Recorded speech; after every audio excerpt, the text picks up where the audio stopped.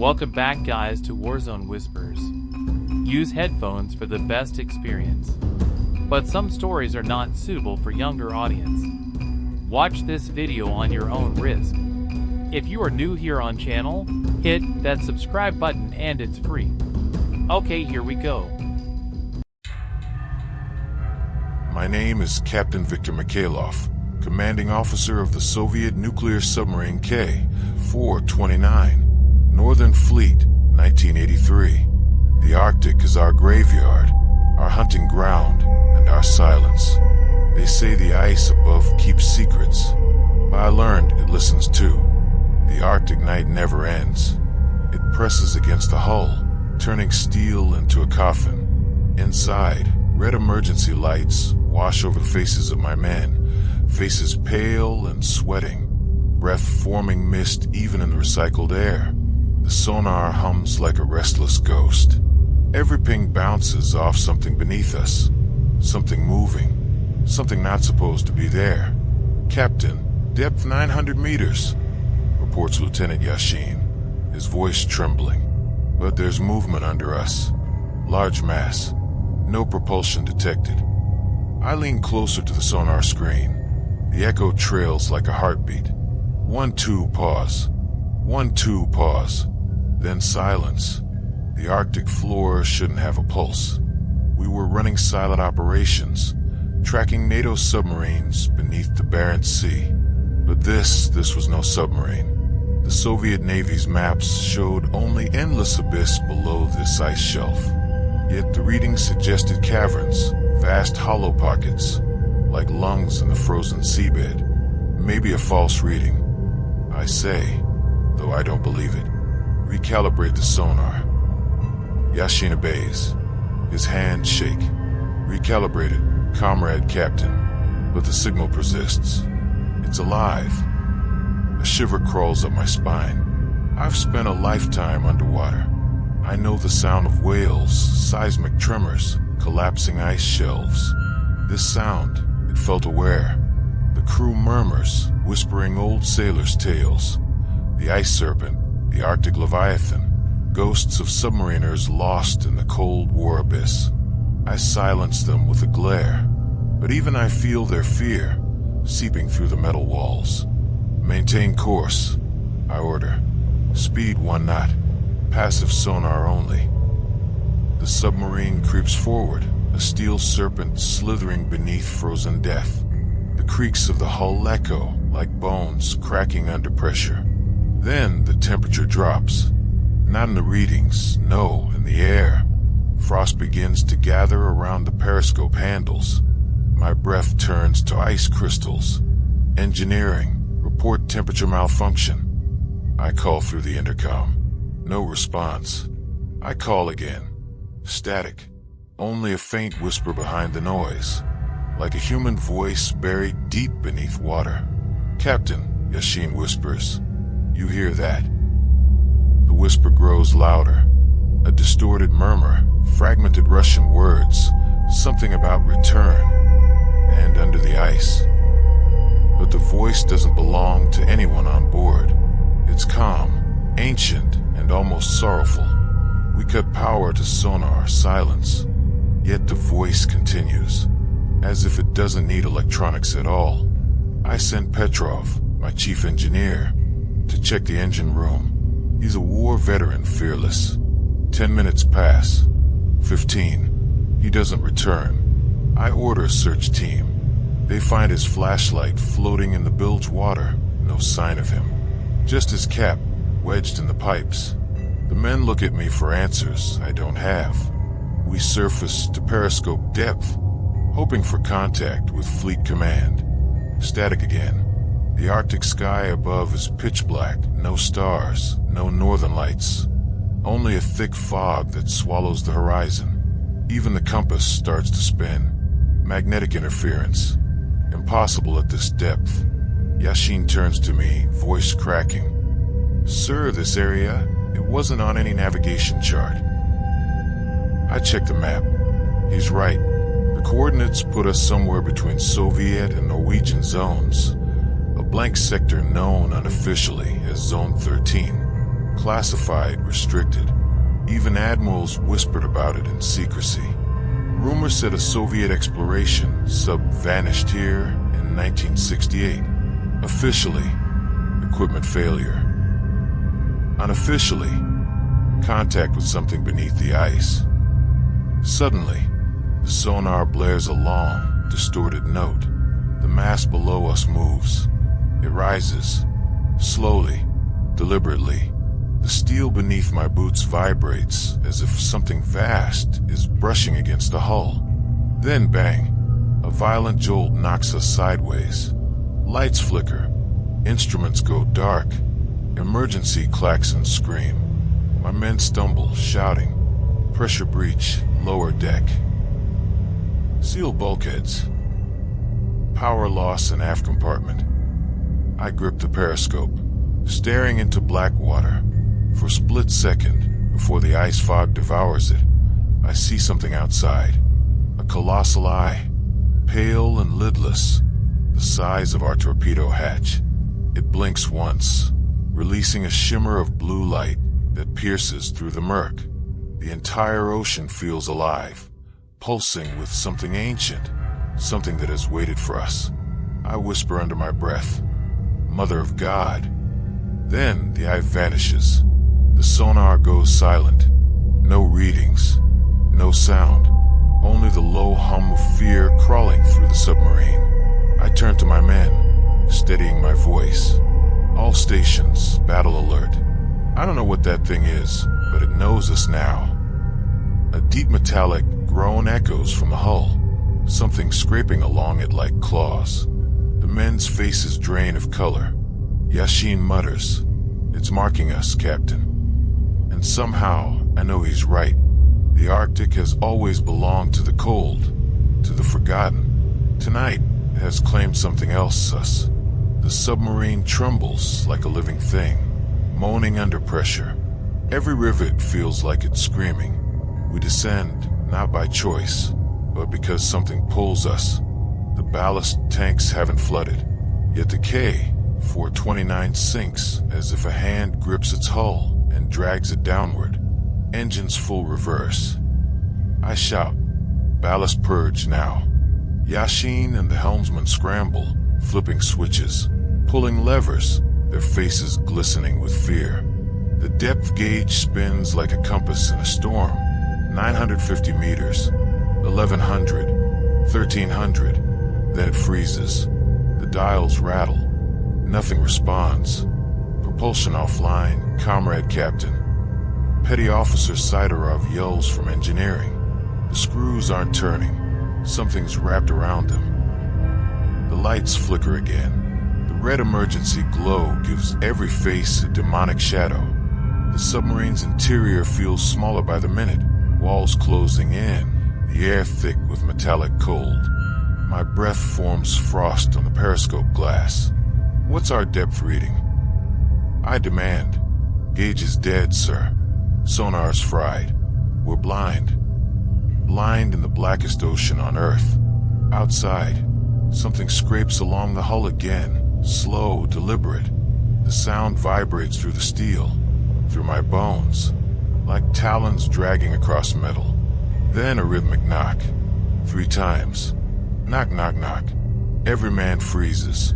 Who's in the forward compartment? I ask quietly. No one, Captain. It's sealed. The knocking repeats, closer this time, right outside the command room. Then a voice, muffled by tons of seawater. A whispering Russian voice, soft and distorted, saying my name. Viktor. My blood turns to ice. Lieutenant Yashin looks pale, whispering. Captain, it sounds like Petrov. The engineer who vanished. Impossible. I mutter, though the sound continues. Petrov's voice, pleading now, echoing through the hull. Open the hatch, it's so cold. The crew looks at me, terrified. One man starts to pray quietly. Another bites down on his glove to stop shaking. I feel the weight of command, the need to stay calm even when my own heart feels like it's going to burst.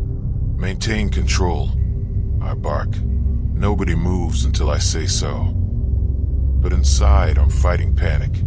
If Petrov's dead, and I know he is, then whatever's outside isn't him. Suddenly, the submarine lurches again. The floor tilts sharply, men fall, equipment crashes. The bow dips nose first. Lights flicker, go black, then red again. We're plunging. Stabilize ballast. Trying, Captain. Controls unresponsive. Then something extraordinary happens. The external cameras, fuzzy with static, show faint blue light beneath us. Not from machinery, from structures. Enormous black stone pillars rise from the seabed, glowing with strange runes. Between them, a vast circular opening, like a crater or a gate. Comrade Captain, Yashin whispers. That can't be natural. He's right. The ocean floor here is supposed to be flat and barren. But this looks like architecture. Cyclopean, ancient alien. The readings show pressure levels survivable only at our current depth. Any deeper and we're crushed. But the submarine keeps descending, like a leaf caught in gravity's hand. The runes on the pillars pulse, slow and rhythmic, like breathing. Every pulse makes the hull vibrate slightly, like the submarine's heartbeat is syncing with something ancient and alive. Then the whispering starts again, not from outside this time, from inside the walls. The intercoms, the ventilation shafts, everywhere. Dozens of overlapping voices murmuring in Russian. Then another language, something guttural and inhuman. My men panic. One, a young sonar operator named Levchenko, screams and tears off his headset. They're talking inside my head. He cries, clutching his ears. They're calling us home. I grab him by the shoulders. Focus, sailor. What did you hear? He sobs. They said the cold remembers. Before I can respond, the control panels flicker with symbols, foreign, spiraling glyphs, like the ones carved into the stone pillars. Our entire system, Soviet tech, now speaking in a dead language. Power levels rising. Yashin reports. We didn't restart the reactor. The reactor room glows faintly blue on the monitor, as if it's being powered by something outside, something feeding it energy through the hull. Then a sound, a deep, resonant tone, like a foghorn made of thunder. It shakes the ocean, vibrates through our bones. All systems freeze. The sonar shows nothing but black static, and then a shape. A vast, circular mass begins to rise from the pit below the pillars. A ring of light forms around it, rotating slowly. It's not a creature, it's a structure. Alive yet mechanical, like the ribcage of a dead god. Something moves within it, shadows that shift and merge like liquid darkness. Captain, Yashin stammers. What the hell is that? I can't answer. My mind refuses to make sense of it. I only know one thing.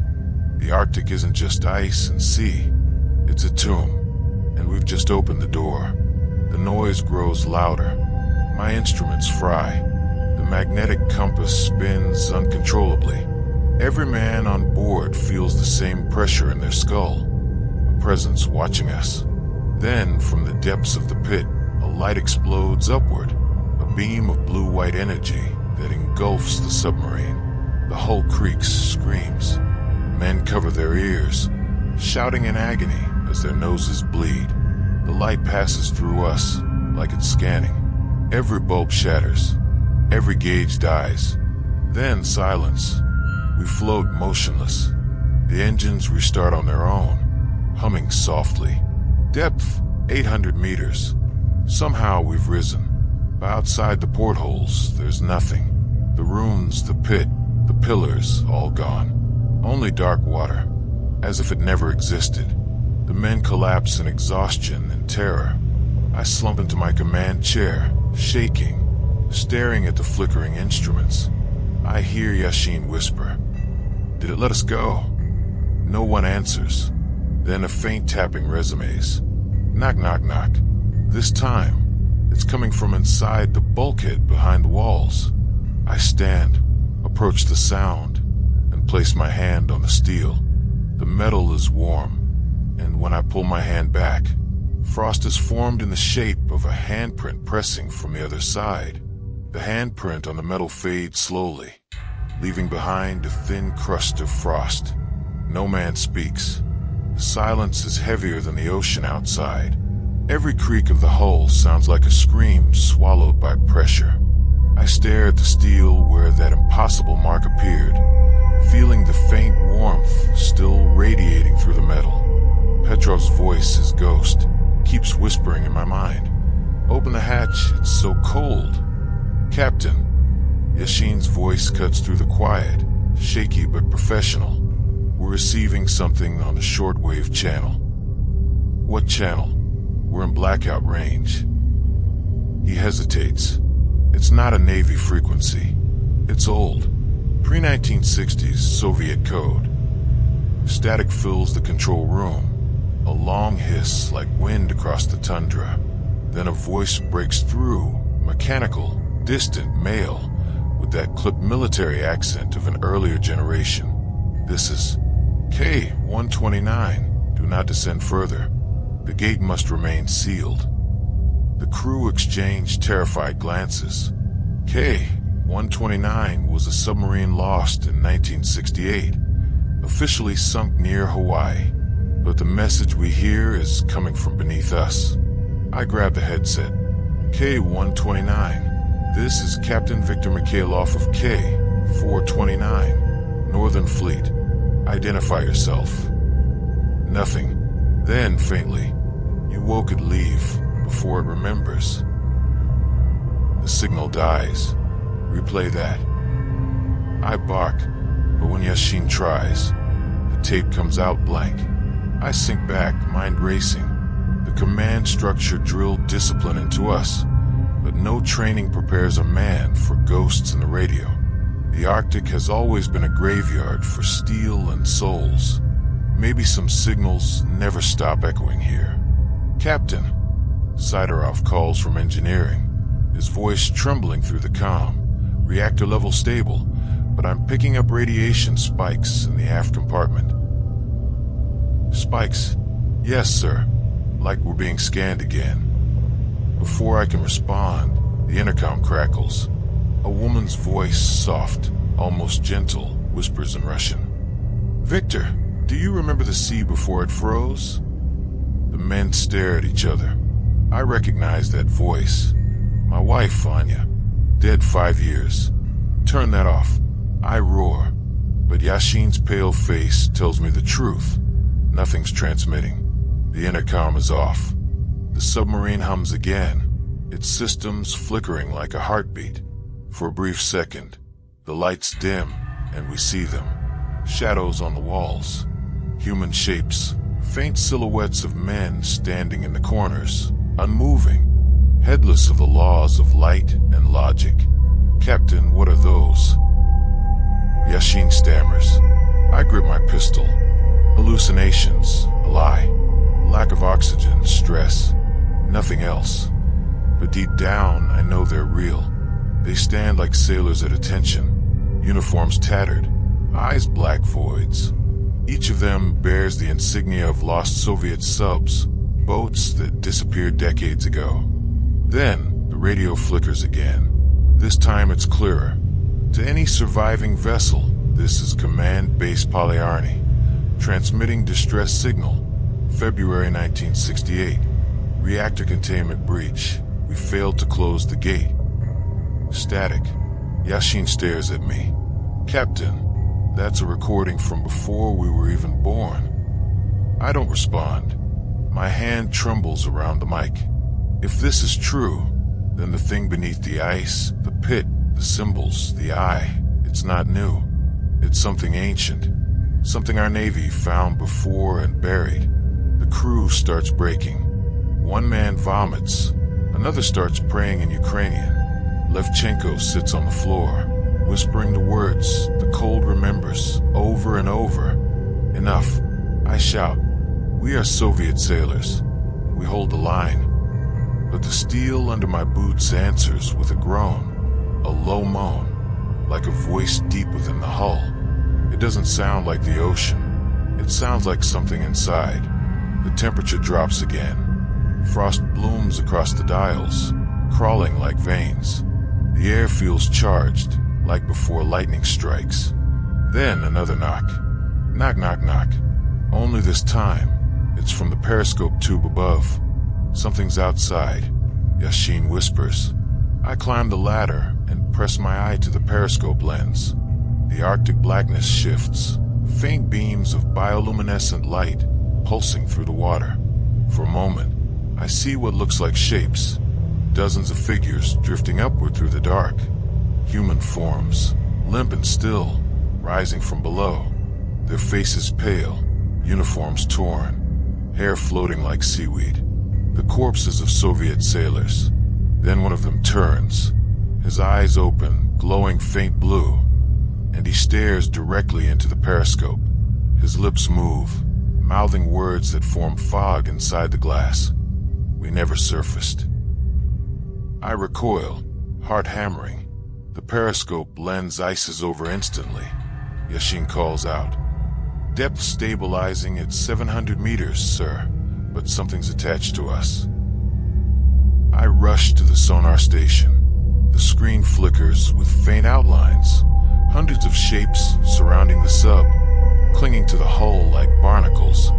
Can you identify them? He swallows. They're human, Captain. At least they were. The sound of scraping metal fills the ship again, like 1,000 nails dragging at once. The submarine begins to tilt forward. The hull groans as though dragged by an unseen tide. Engines full reverse. Engines offline. Suddenly, the lights flare white, blinding. Every bulb bursts in a shower of sparks. For 2 seconds, total silence. And then, from the loudspeakers, a new voice emerges. Come, male, in perfect Russian. Captain Mikhailov, you've seen what lies beneath. Now you must take it home. Who is this? I demand. Identify yourself. You've already met me. The transmission ends with a single long tone. Then, the reactor alarms blare. Reactor temperature rising. Containment failing. Shut it down. Impossible, sir. The system's locked. The submarine vibrates violently. Men stumble, shouting. Radiation warning lights flash crimson. I run to the console. Readings are impossible. The reactor is pulling energy in, not leaking it. Yashin whispers. It's feeding. The sound returns, the deep, resonant tone from the pit, echoing through the sea like the heartbeat of a god. The entire submarine thrums in unison. The handprint on the bulkhead glows faintly blue again. I realize then that whatever we woke beneath the ice, whatever ancient intelligence sleeps there, it's not trying to destroy us. It's connecting with us. Through sound, through memory, through fear. The intercom hisses once more. A final whisper, soft and calm. The gate is open. You are the message. Then silence. The reactor stabilizes. The readings normalize as if nothing happened. We sit in stunned quiet, surrounded by ghosts, frost, and fear. I finally break it with a whisper. Surface the ship. Now, no one argues.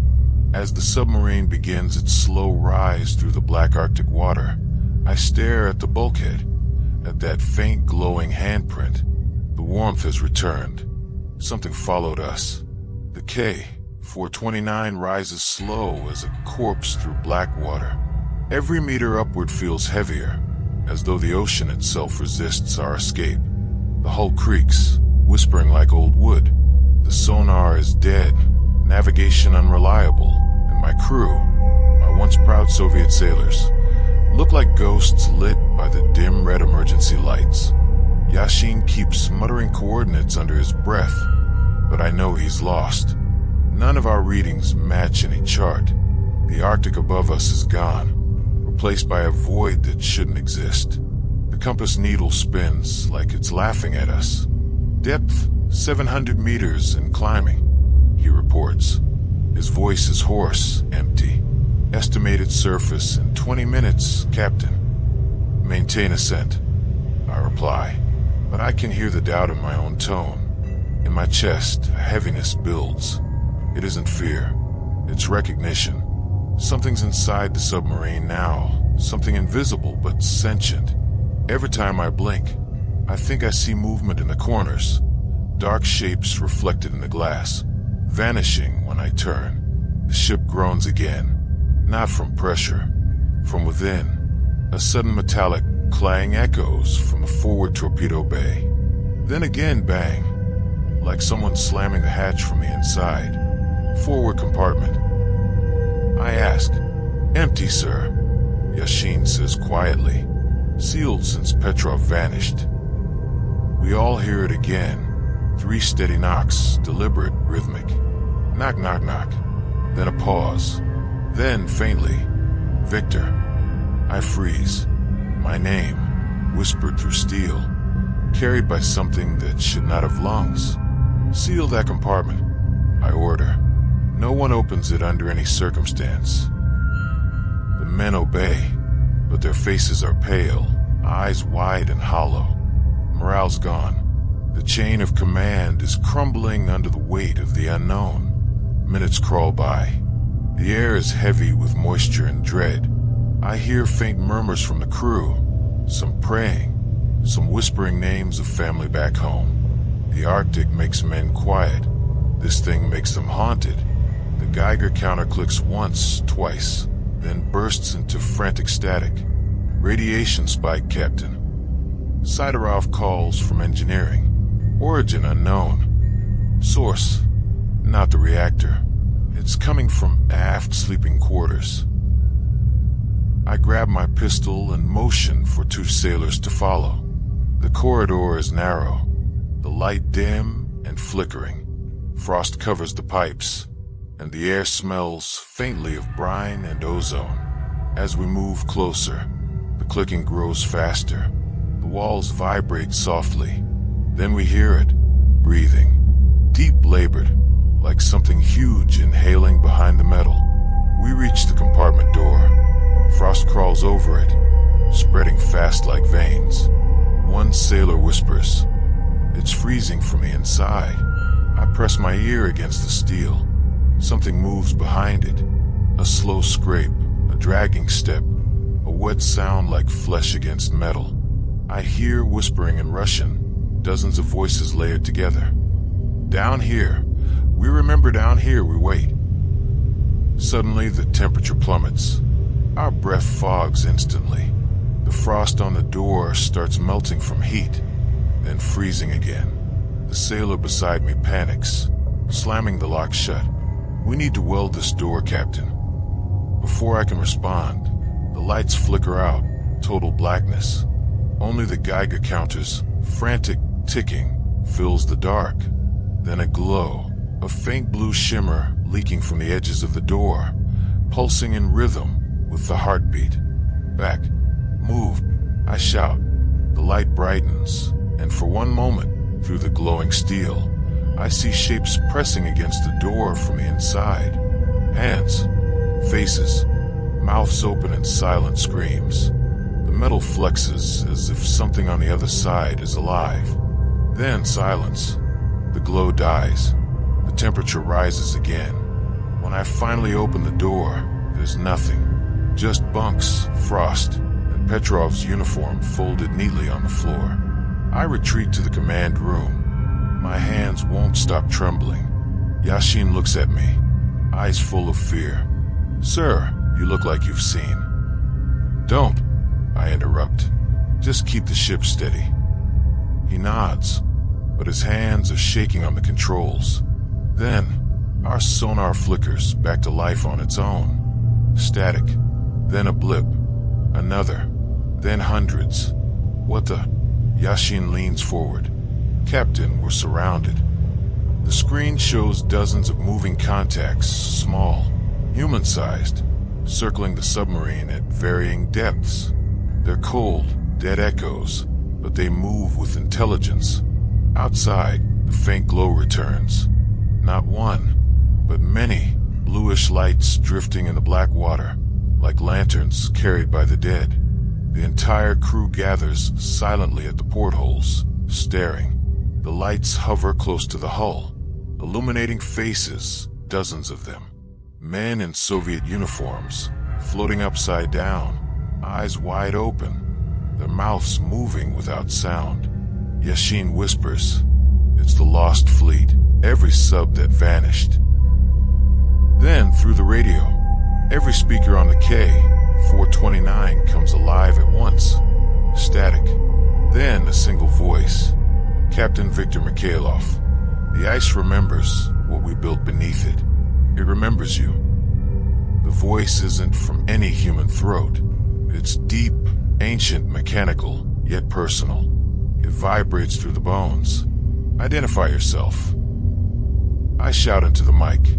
The voice answers calmly. "We were the watchers beneath the gate. You've broken the seal. Now we wake." The submarine lurches. Every system lights up at once. Depth alarms, reactor warnings, sonar alerts. I grab the rail to steady myself.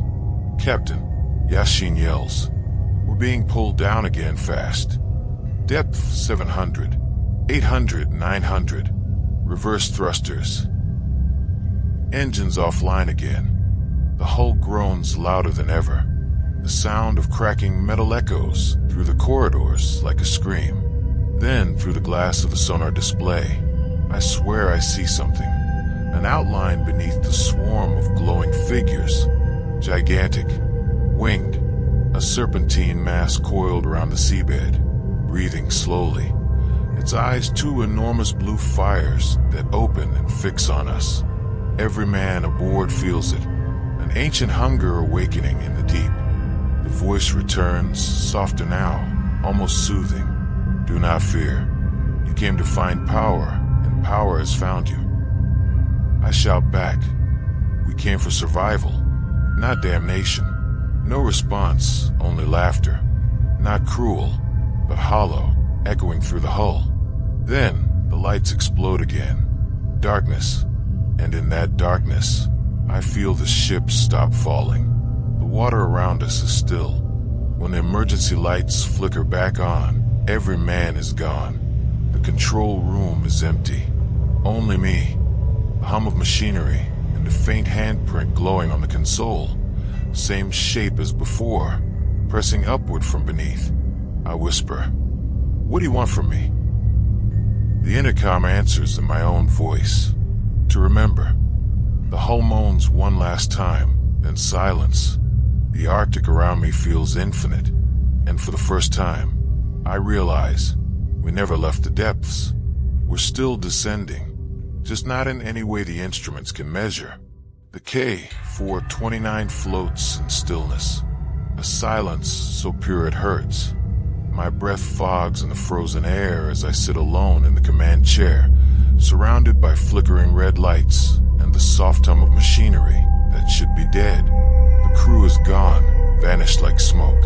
Only their whispers remain, echoing faintly through the corridors, looping endlessly in words that make no sense.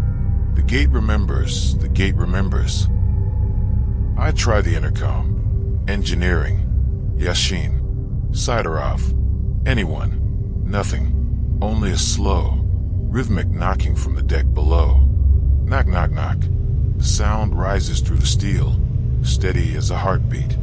I grab my flashlight and descend into the lower level. The air down here tastes different, salty, electric. Condensation drips from pipes like sweat from the walls.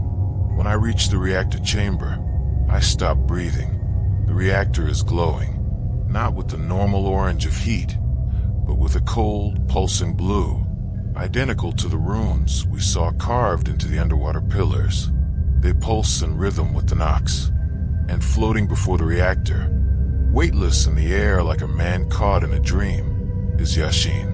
His eyes are open, unblinking, glowing faintly. His body is rigid, suspended inches above the deck. He doesn't breathe. His mouth moves, but the sound that comes out isn't Russian. It's the same low chant we heard beneath the ice. A language older than anything human. Yashin, I whisper. Can you hear me? He turns his head slowly, bones creaking. His lips part, and my own voice comes out. You brought us back. The air vibrates. My flashlight flickers, and for a brief second, the room shifts. The walls dissolve into black water. I'm no longer inside a submarine. I'm standing at the bottom of the Arctic abyss. Around me rise the same massive stone pillars, now glowing brighter than before. Between them, the gate yawns open, a vast circular void, spinning with blue fire. And their faces in that light. Thousands. Soviet sailors, officers, engineers, men lost across decades, all staring upward, waiting. They whisper in unison, voices merging like wind over ice.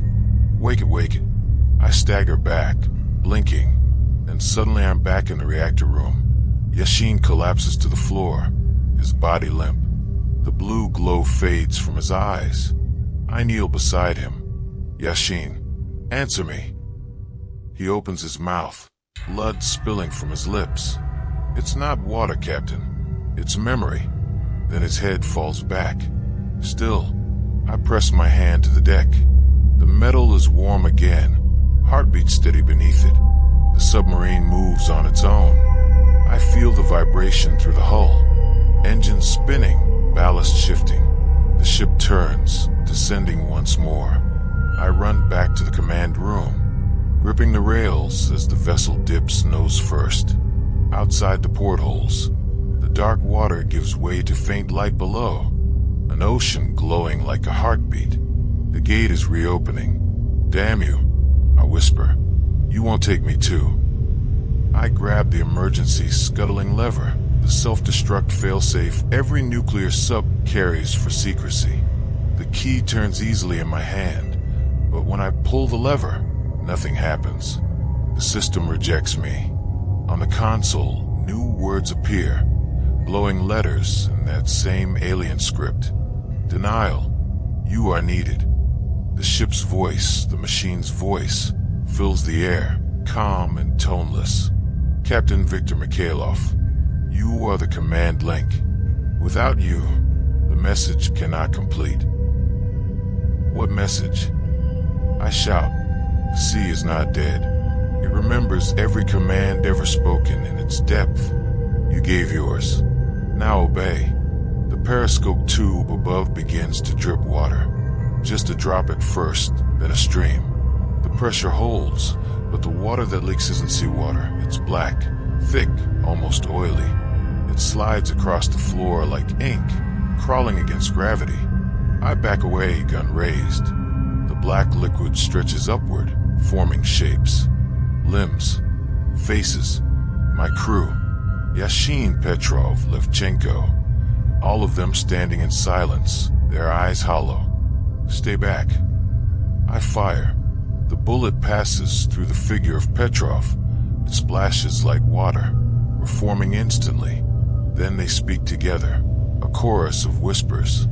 You cannot destroy what has remembered you. The walls shudder. Outside the hull, light blooms again. Thousands of blue flares swirling upward from the gate. The temperature rises. The ocean burns cold fire. I rush to the helm and slam the manual controls. If I can't destroy the ship, I'll surface it. Maybe reach radio range. Maybe warn someone. But when I engage propulsion, the engines obey something else. The K-429 turns, heading downward again, directly toward the glowing pit. On the sonar, I see it. The vast shape coiling beneath us. A colossal ringed structure, rising like a serpent from the dark. Eyes glowing brighter with each pulse of light. The radio bursts alive again, drowning in static. This is Polyarny command to any surviving crew of K-429. Abandon ship immediately. Then another voice cuts in, layered beneath it. Calm, cold, mechanical. Polyarny command never existed. Only the gate remains. The voice merges with the static until it becomes a chant. The reactor pulses brighter. The deck vibrates violently. Outside the glass, the gate opens fully. An endless vortex of blue fire spiraling inward, drawing everything toward its heart. The figures of my crew dissolve into mist, pulled away like ash into wind. Not yet, I snarl, gripping the wheel. You don't get my soul. I tear open the manual ballast controls, flooding the rear tanks. The submarine lurches upward, momentarily fighting the current of whatever cosmic force drags us down. The hull screams, rivets bursting from the strain. The light intensifies, so bright it burns through my eyelids. I hear the thing speak one last time. You cannot escape memory, Viktor. You are the memory. Then impact. A shockwave slams the K-429 sideways.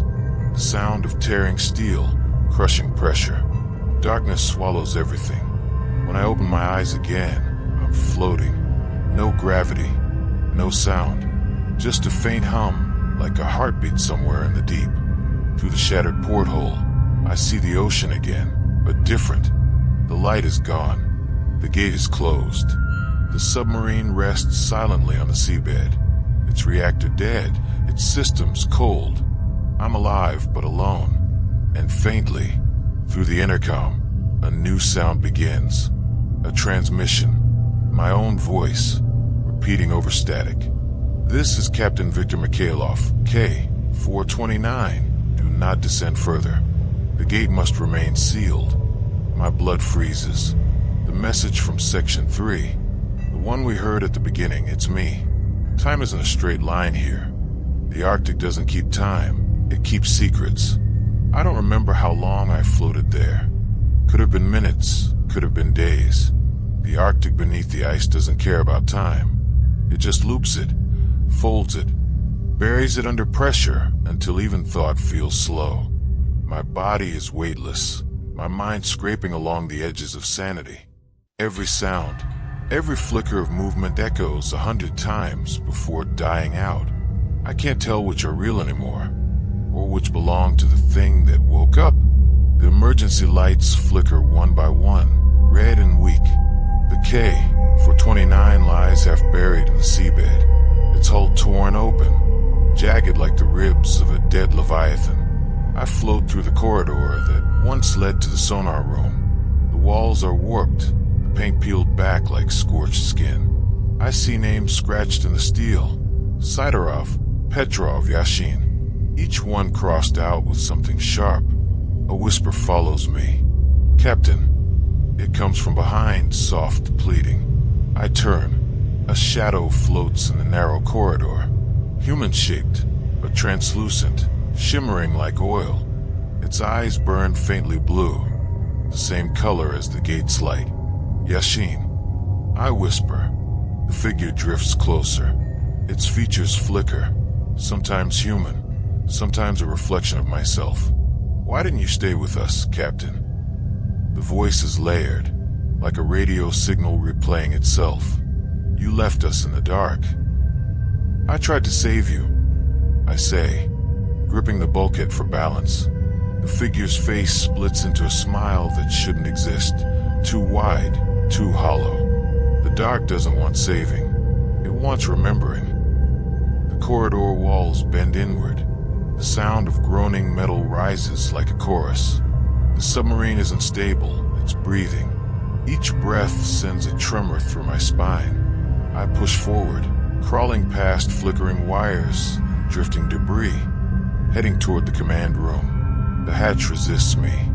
When it finally opens, the room is not as I left it.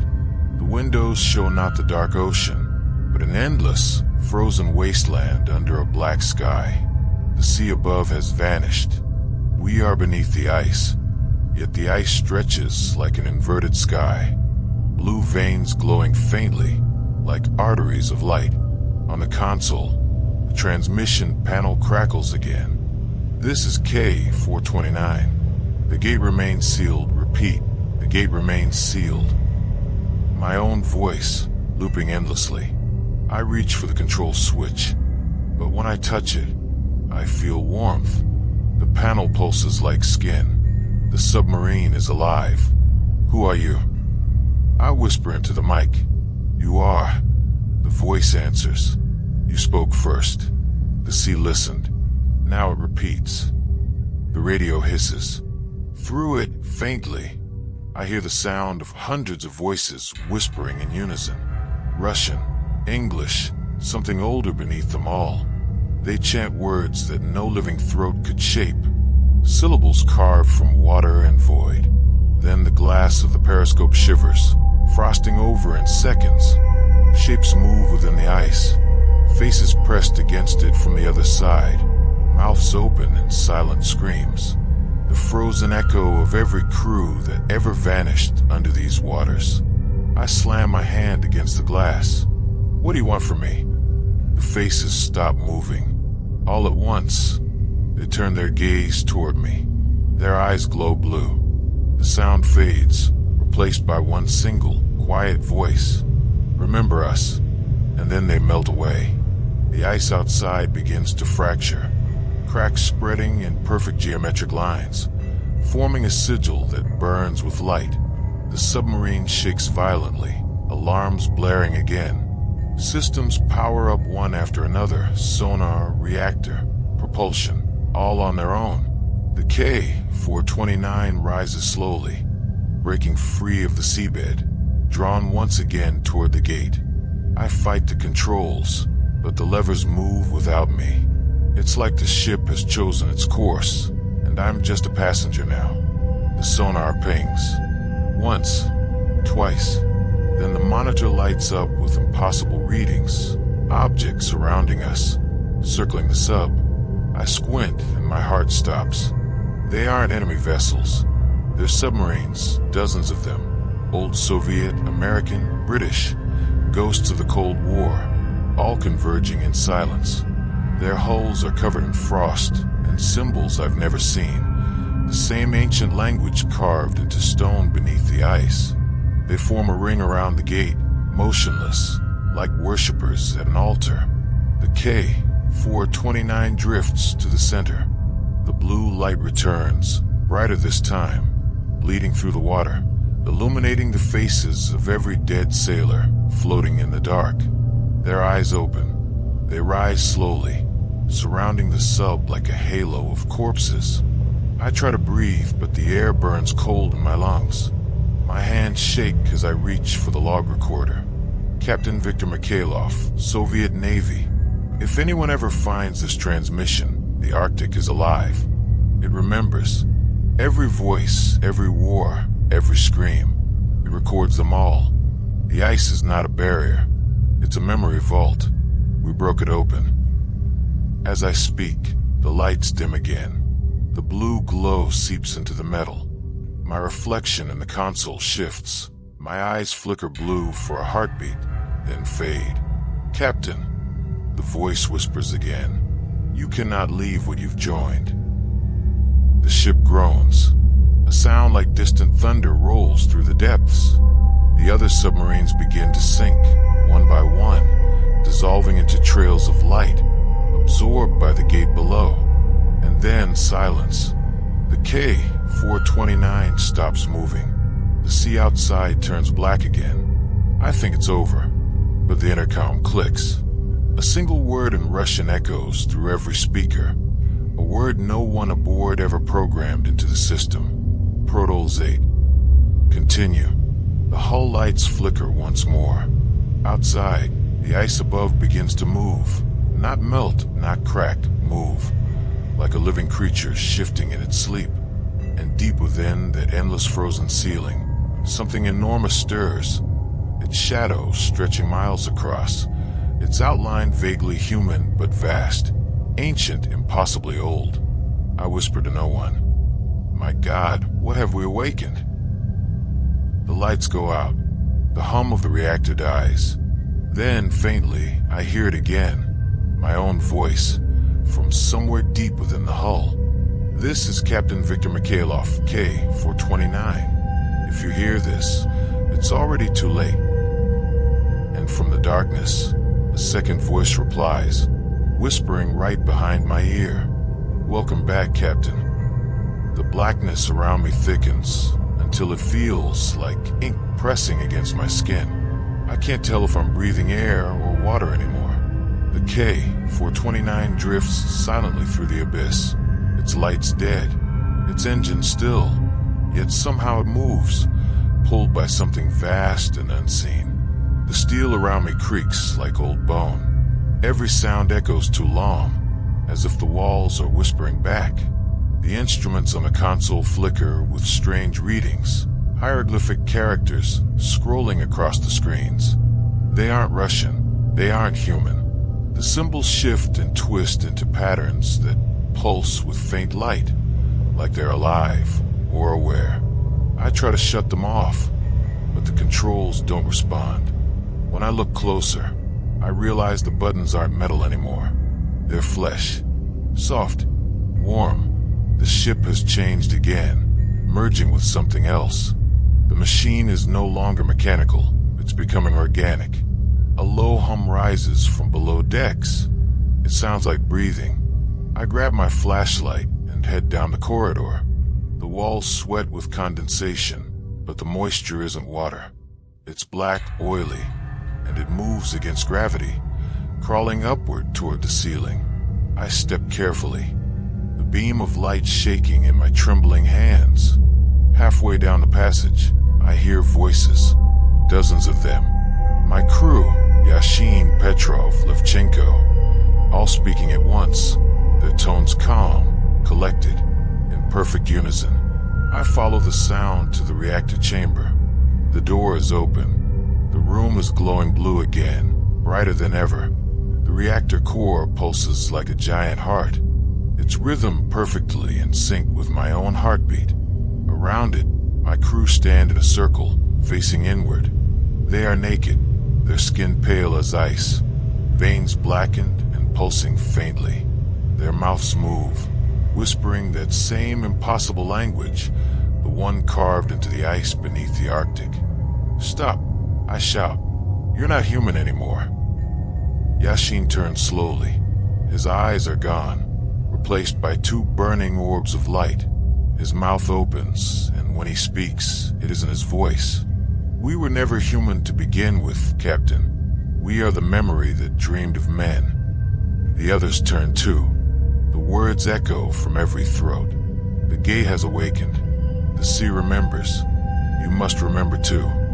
They step closer, and for every step they take, the ship trembles. The metal peels away, revealing veins of blue light beneath the surface, as if the K-429 is shedding its disguise, revealing the living structure beneath. I back away toward the control room, gun in hand. My flashlight sputters and dies. In the pitch dark, I hear the whisper again.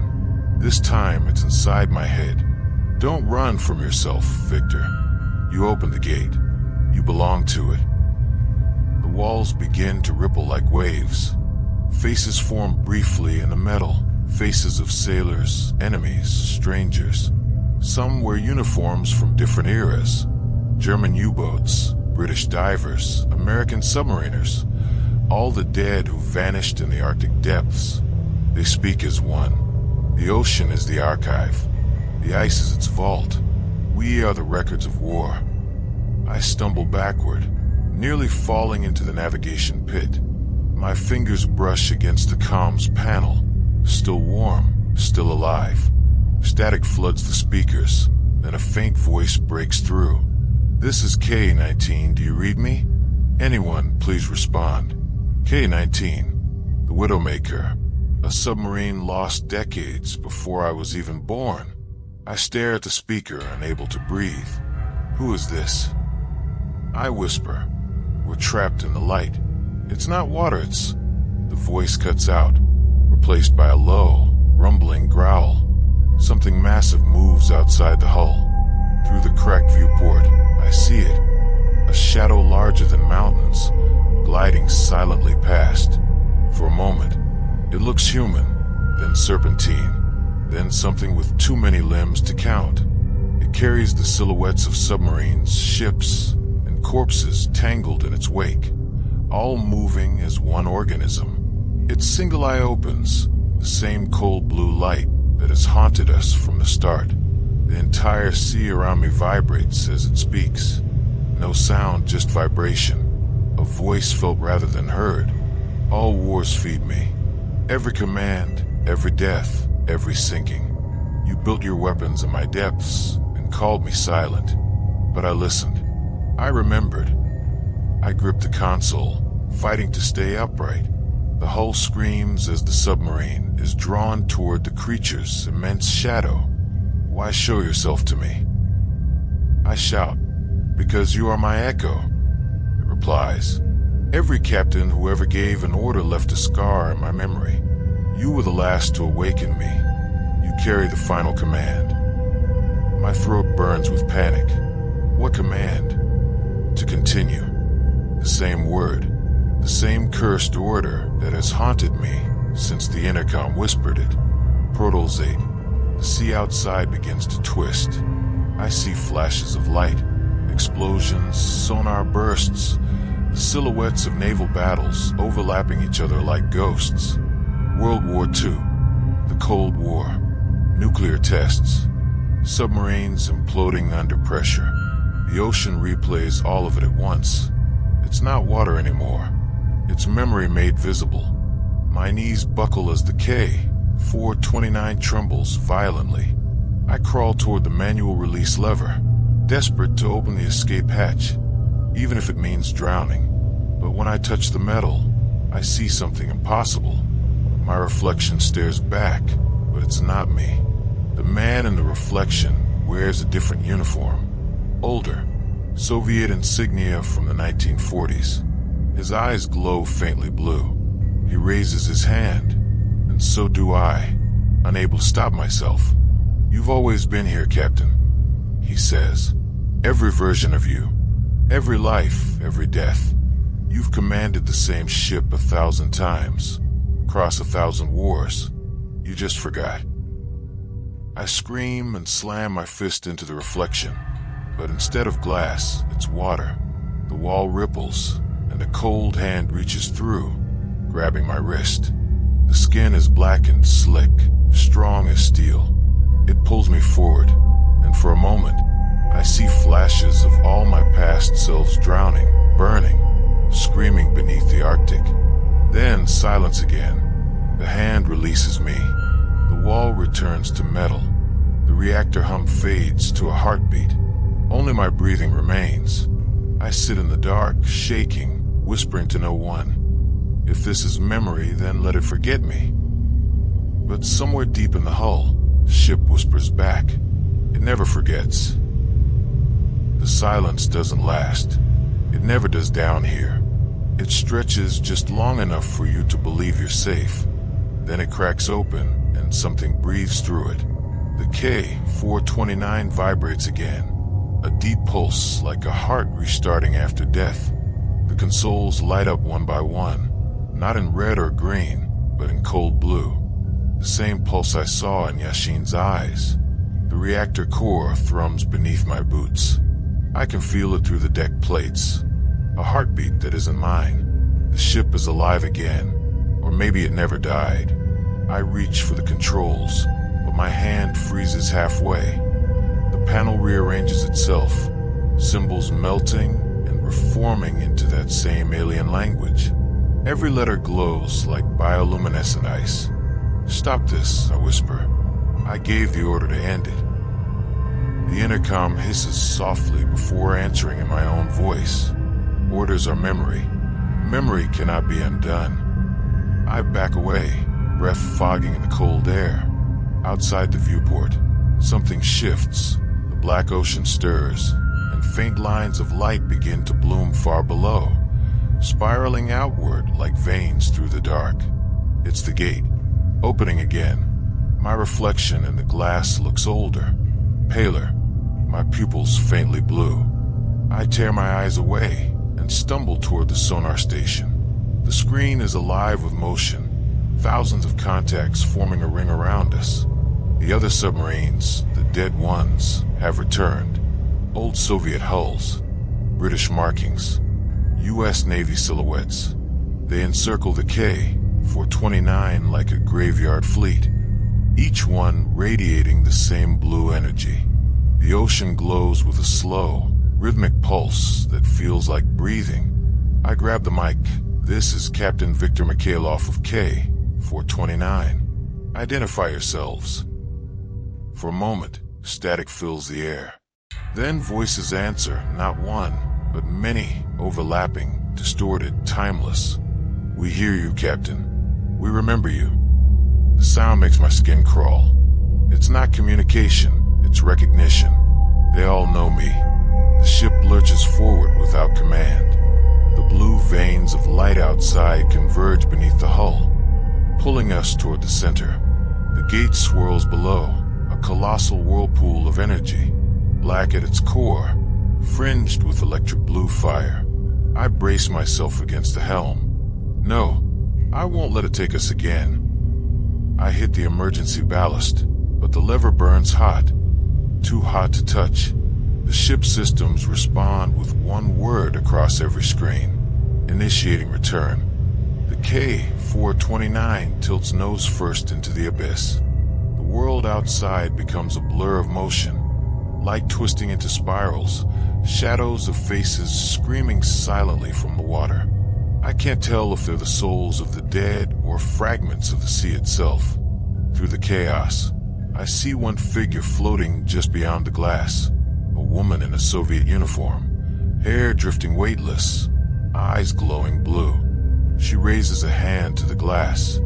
I feel my heartbeat synchronize with hers. You were the first to command me, she whispers through the intercom, and the last to remember. Who are you? I ask, the sea that obeyed. A deafening roar floods the ship. The gate fully opens beneath us, a circle of blinding light stretching miles wide. Inside it, I glimpse shapes, not ships, not creatures, structures. Massive pillars rising from a void, covered in carvings, endless rows of faces frozen in ice. A civilization buried in the Arctic long before humanity learned to crawl. The K-429 enters the light. For an instant, every memory I have, my childhood, my service, my command fractures. I see flashes of other lives. A German U-boat officer drowning under ice. A British captain screaming as his vessel implodes. An American sonar man praying as his reactor melts. They're all me. The same soul recycled through every war, carrying the same order: continue. My knees hit the deck. The voices rise again. All the dead captains speaking as one. You were chosen to remember what we forgot. You opened the gate so we could return. The light outside brightens until it's unbearable. The hull shakes violently. Rivets pop like gunfire. Return where? I scream. To the beginning. The sea splits open. The light is no longer water. It's time itself tearing apart. I see fragments of the world through the rift. Glaciers forming, wars igniting, submarines launching, men shouting, dying, dreaming. Every command, every death, every echo, all feeding the same memory. And at the center, something enormous rises. A shape made of light and bone, a human silhouette miles tall, hollow eyes glowing like dying stars. Its voice fills the ocean and the ship in my mind. I am the archive. You built me with your wars. Every death, every fear, every secret beneath your seas gave me form. Now I remember everything.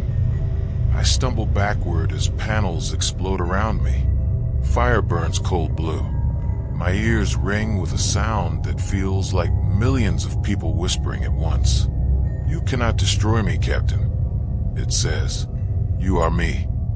No, I grab the emergency detonator, the one meant to destroy the reactor if the ship is compromised. My hand shakes as I turn the key. The reactor's pulse quickens, warning lights flaring. You wanted to remember. The voice says softly, this is how. I slam the final switch. The world turns white. The explosion isn't heat, it's silence. The blue light implodes, sucking everything inward, collapsing the sea, the gate, the memories, all of it into one single moment of stillness. Then black. I open my eyes to find myself sitting once again in the command chair. The systems are quiet. The ship is motionless. Outside, only darkness. The clock reads 0600 hours. The intercom crackles weakly. This is Captain Viktor Mikhailov. K-429. The gate remains sealed. My voice again. The loop has started over. I reach for the recorder and stop halfway. My hand trembles as I realize the reflection in the glass isn't mine anymore. It's someone younger, in a clean uniform, eyes bright, unaware. Another captain, another version of me, ready to give the same order again. And faintly, through the speaker, the word returns, the one that never dies. Protolzate. I thought the loop had ended. I thought the explosion sealed the gate forever. But the Arctic doesn't care about endings. It only recycles beginnings. The K-429 drifts again in perfect silence, weightless under the black ice, as if waiting for its next command. I can hear the ocean pressing against the hull like a heartbeat. Steady, patient, ancient. The log recorder flashes red. The last entry replays by itself, my voice echoing through the cabin. This is Captain Viktor Mikhailov. The gate remains sealed. And then, underneath my words, I hear breathing. Slow, deliberate. Not mine. Who's there? I call out. The air feels heavier now. The temperature drops, and frost creeps across the metal panels, like veins spreading through flesh.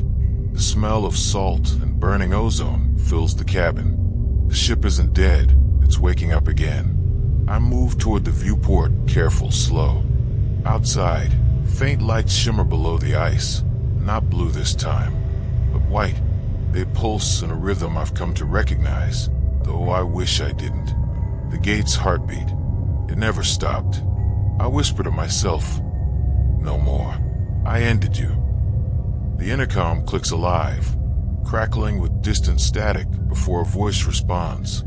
Not mine this time. Not human at all. It's calm, almost kind. You ended nothing, Captain. You only changed the shape of the memory. The consoles begin to power on, one by one. The language that appears on the screens is no longer alien. It's Russian now, but written backward, mirrored in glowing light. I squint and read the message aloud. The sea does not forgive, it archives. My heart pounds in my chest. The lights dim, then surge brighter. The submarine begins to descend on its own, faster than before. I grab the control levers, but they don't move. The ballast systems hiss and flood automatically. We're going down, straight down. Outside, the darkness thickens until it becomes solid, a black so deep it looks like tar. Then, without warning, a faint glow appears beneath us. Not circular this time, but vertical, like a wound in the ocean itself. The gate isn't a hole anymore, it's a door. Through it, I can see movement. Figures standing upright. Hundreds of them, maybe thousands. Soldiers in different uniforms, Soviet, German, American, British, all motionless, arranged in perfect ranks. Their faces are pale, their eyes glowing blue. I whisper, "What is this?" The voice answers again, closer this time, whispering through the intercom and inside my skull at once. The army of remembrance. Every war has its ghosts. Every ocean has its commanders. They wait for you. The hull groans violently as we cross through the gate. For a split second, gravity disappears. Then everything stops. The ship no longer moves. I float weightless, surrounded by cold blue light. The command room is gone. The K-429 dissolves into mist. I'm standing barefoot on something solid, a surface made of glassy ice, stretching endlessly in all directions.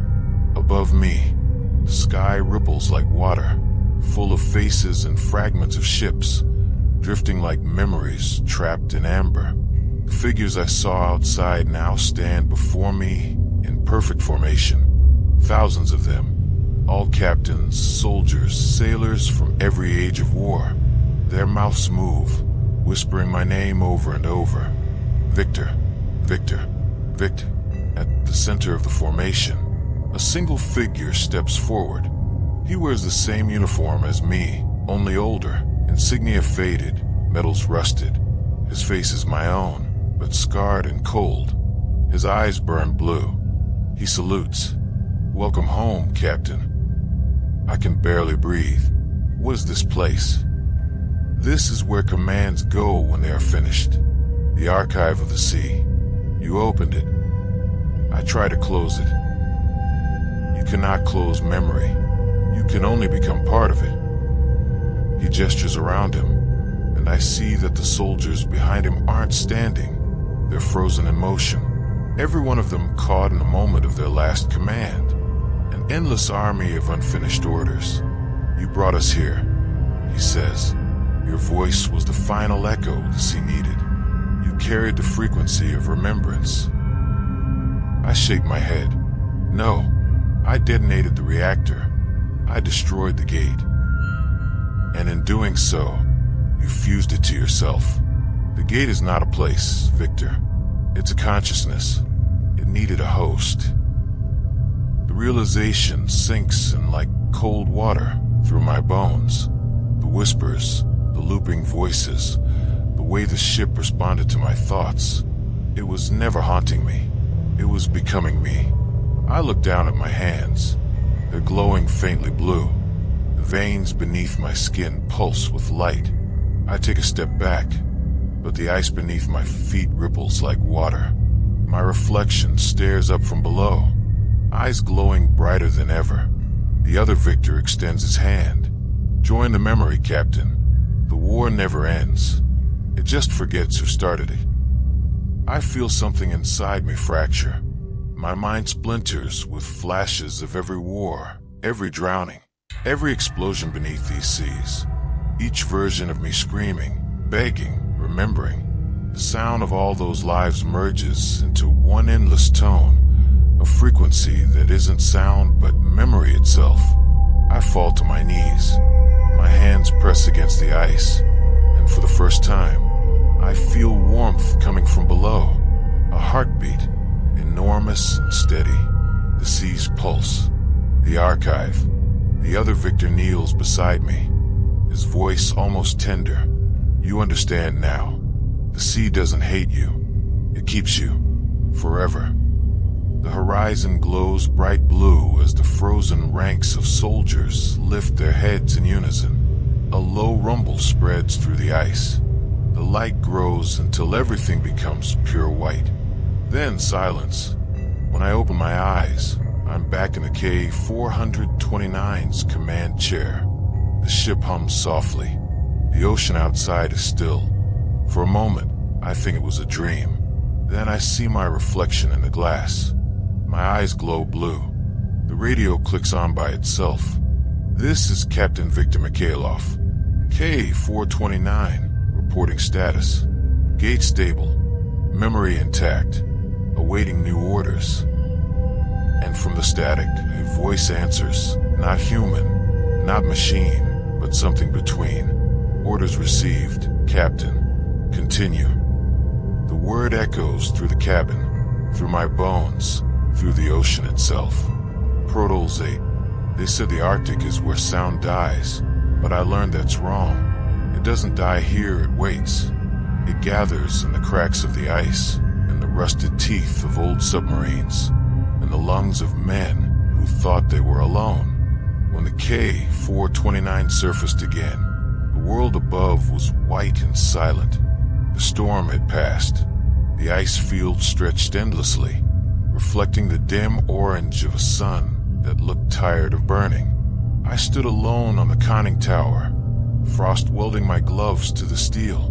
The radio still whispered faint static, soft like breath against my ear. Below me, the hull throbbed faintly, the same pulse I had felt in the archive. the sea's memory moving through me. I thought about signaling Moscow, but what would I say? Mission complete. Gate stable. Captain compromised. None of those meant anything anymore. A single gull circled above the horizon, though no life should have been this far north. I stared at it until it vanished behind a curtain of fog, and in the haze, I saw the silhouettes of ships. Soviet destroyers, American icebreakers, ghosts from every decade drifting side by side, their outlines fading and reforming as the mist breathed. Each carried the same faint blue light along its deck. I climbed back down, sealing the hatch. The control room felt smaller than before, as if the walls had drawn closer. My breath hung in the air, glowing faintly blue under the emergency lights. The gauges were steady, oxygen, pressure, depth, all normal. But the ship moved without sound. The ocean obeyed me without command. I realized then that the K-429 no longer needed a crew. It was me. The log recorder blinked. A soft voice whispered through it. My own again, only older, distant. Captain Mikhailov, proceed to Sector 73, beneath the Norwegian trench. Memory expansion required. I felt my hands respond before my mind did. My fingers moved across the levers, initiating descent. The ballast tanks hissed. The ship obeyed, descending into black water once more. I shouted at myself to stop, but the voice inside my head only smiled. You cannot disobey yourself. The deeper we went, the colder it became. Ice crystals drifted through the cabin like snow, forming slow spirals in the stale air. The radio filled with faint whispers, men speaking in different languages, layered together. English, German, Japanese, Russian, every tongue of war blending into one. Torpedo fired. Do not surface. We are not alone down here. It wasn't interference. It was memory playback. The sea was telling its story through every death it ever archived. I listened, frozen, until one voice rose above the rest, a young boy's voice, speaking Russian, reciting a naval oath. My own son's voice. My heart broke through the frost in my chest. Alexei, I whispered. Papa, the voice said calmly. The sea keeps everyone who serves it. Then silence. The temperature dropped again. Frost crawled across the screens, forming patterns like neural veins. The lights flickered. The water outside turned milky white. Shapes appeared beyond the viewport. Faces pressed against the glass from the outside, watching me with glowing eyes. Some wore Soviet caps. Some wore nothing but the expressions of the drowned. I reached out and touched the glass. The surface rippled like skin. My reflection looked back, split into 1,000 versions of me, each whispering at once. Continue, continue, continue. The K-429 began to change shape, its steel softening, shifting like it was made of muscle instead of metal. The sound of engines became a heartbeat. The ocean around us pulsed in time with it. The ship wasn't sinking anymore. It was growing, expanding, the archive spreading through me, through the hull, through the sea. I realized what the voice meant. Memory expansion required. I was the seed, and the ocean was blooming around me. The final radio transmission began automatically, the recorder light glowing crimson. This is Captain Viktor Mikhailov, Soviet Submarine K-429. The Arctic gate is active. The archive is awake. The sea remembers. The words came out steady, but I felt something behind them. Thousands of other voices speaking through mine. I could hear the cadence of every captain before me. The log would reach someone someday. Maybe it already had. Maybe that's how I found it in the first place. I looked one last time through the viewport. The abyss below glowed softly, full of drifting silhouettes. Not monsters, not demons, just men who never came home, standing guard over an endless library of forgotten wars. Their eyes flickered as if in salute. I saluted back. My arm moved slow, heavy, as if the sea itself lifted it. The light from below grew brighter, swallowing everything. For a moment, I felt weightless again, then nothing but peace. When the Arctic Patrol found signal months later, it came from an impossible depth, a faint, steady broadcast repeating the same words. Gate stable, memory intact, awaiting new orders.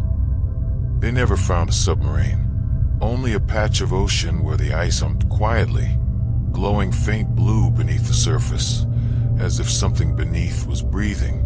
Some nights, the crew of nearby vessels swear they still hear a Russian voice on open frequencies.